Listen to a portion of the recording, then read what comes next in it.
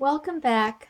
Thank you for stopping by and taking a few minutes to go through my latest creation.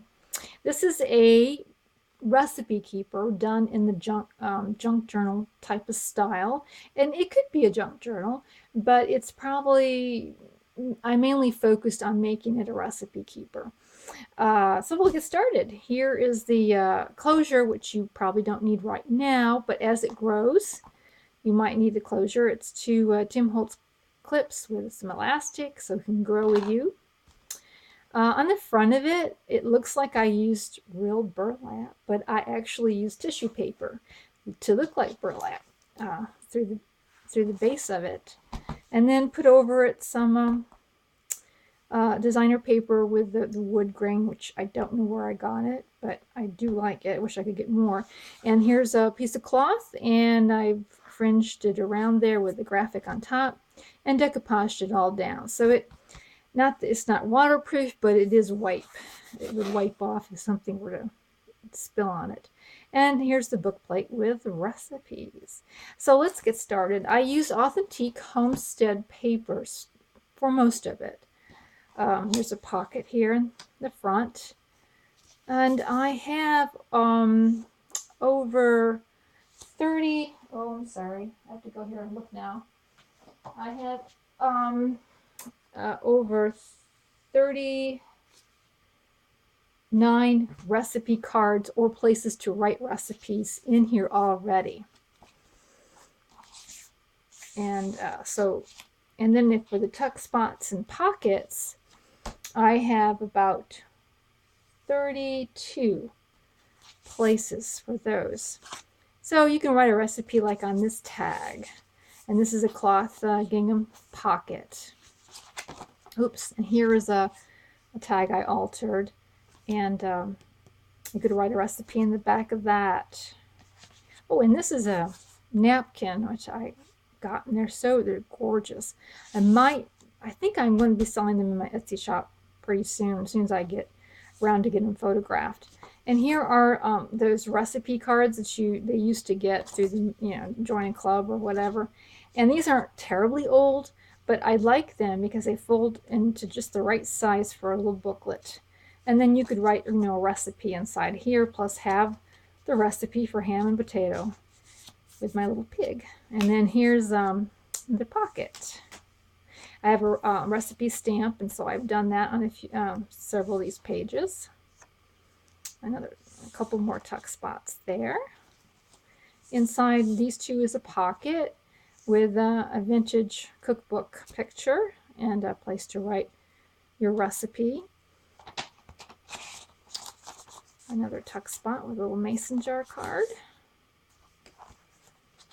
This is a vintage needlepoint pattern.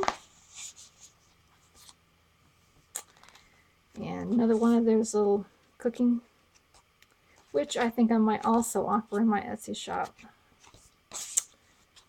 And this has like a Velcro closure to write another recipe here with the lace. Another little journaling card. Here are some vintage current recipe cards they sold back in the 80s, or maybe the 90s. And then this flips up here for another recipe. And then you can put photographs, like if you were going to give this like a bridal gift, which would be really cool, you could have people, write their favorite recipe here, and then they can have a picture of the person whose recipe it belongs to. I mean, it'd be really, really nice gift. Anyways, here is another tag with 2 pockets in this bag here. Another one here, sewn around. So I've done quite a bit of sewing. A little cloth tab here. Here's another card. Belly band with a piece of lace down here. You could also use this for like a heritage recipe keeper, where you go back and get grandma's recipes, and even recipes in the family now, and it'll eventually become heritage, right? Here's another tag with a little that a doubled up with something sewn around it so it can be firm. A recipe card. Another place to write another recipe. Oops, here is tag. This has this needlepoint linen has 2 pockets in it. This flips up here to write a recipe. Another card inside here. Here's another tag where I used that tissue paper burlap looking things.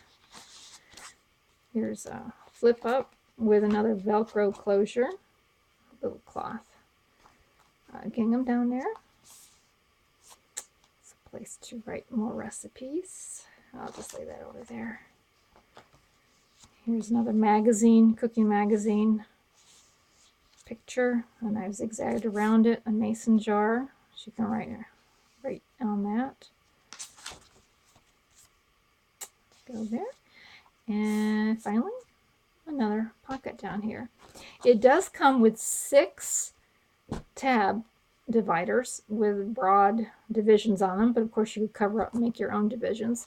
And each of these has a pocket as well, which is so great because I can, you know, for me that would just be so handy. I could clip something out of a magazine and say, you know, I'm going to make this someday, but just not today.